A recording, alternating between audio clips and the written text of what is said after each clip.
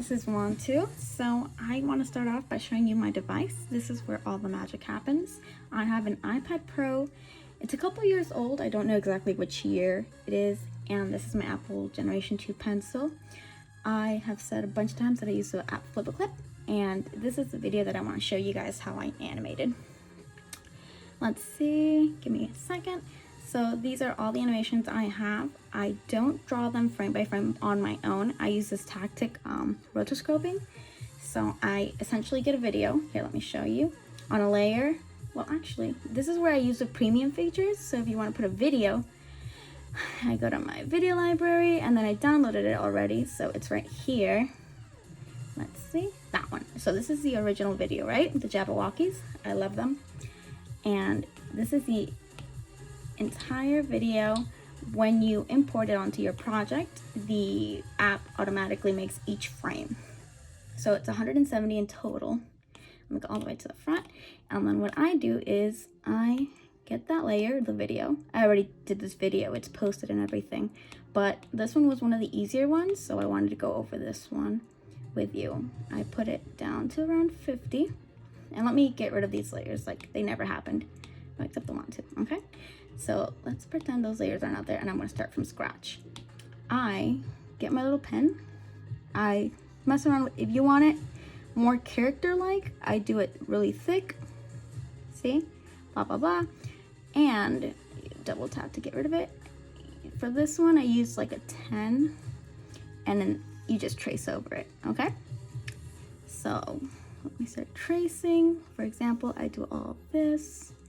Blah, blah, blah. It doesn't have to be perfect. Remember, there's 170 frames. So if you want to make them all perfect, you can, but these frames last for like less than a second. So nobody's gonna notice if it's not perfect. Okay, so I'm putting on my little glove. My friend got it for me for Christmas and it's very helpful. It helps me animate and my hand won't get stuck on the screen, so it's very smooth. Also, I did want to let you guys know that I always ask for permission before I animate anyone's videos. If they ask me to take it down, I obviously will. I sent even the Jabberwockies a message. Obviously, they haven't responded. They have millions of followers, but I respectfully leave them a message just in case. Also, here's, okay, all the frames that I outlined. Okay, so for the coloring part, I had to go back to my original and save the color palette. So I have it here. I have to, before I start coloring every individual frame, what I do is I go to the first one and I choose my color. So let's see, his hands. I always make the shoes white. I don't know why, I just love it. And then the jacket's gonna be green. Pants are gonna be a dark black, and then his mask, oh, his mask is not here yet, so his shirt's gonna be a lighter, and I think that's it. Let's see. Okay, perfect. So there is no easy way to make that go on to all the other ones. Oh, it looks like I missed a line here. Let me bring the video back. So I wish there was an easier way that would avoid all the trouble of going frame by frame and coloring all of it in. But I haven't figured it out. If you guys have some tips or something, just let me know. And then I'll go, let's see, I'll do jacket first. I'll go jacket, next frame, jacket, next frame. So yeah, it's a long process and you have to do this for every single 170 frames. And then once you're done with the jacket, let's pretend I finished. You go on to the next item. Okay, let's go to the shirt and then shirt. Shirt, yeah, so on for every single thing.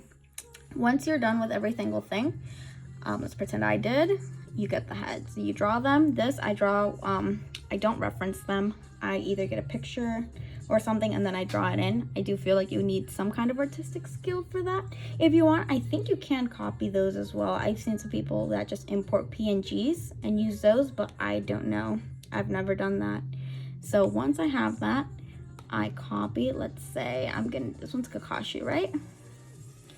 I'll grab the head, copy, and then frame. This one I turn the onion effect on so I can see the frame before, and then I'll paste it on here. It'll go back to its original spot, but then I'll I'll kind of, you know, you kind of have to know how the body works, the anatomy.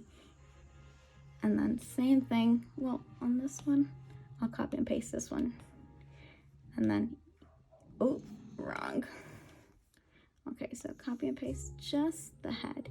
Oh, that was my mistake. Okay, I always make it on a separate layer, never on the same layer. So let me get rid of that.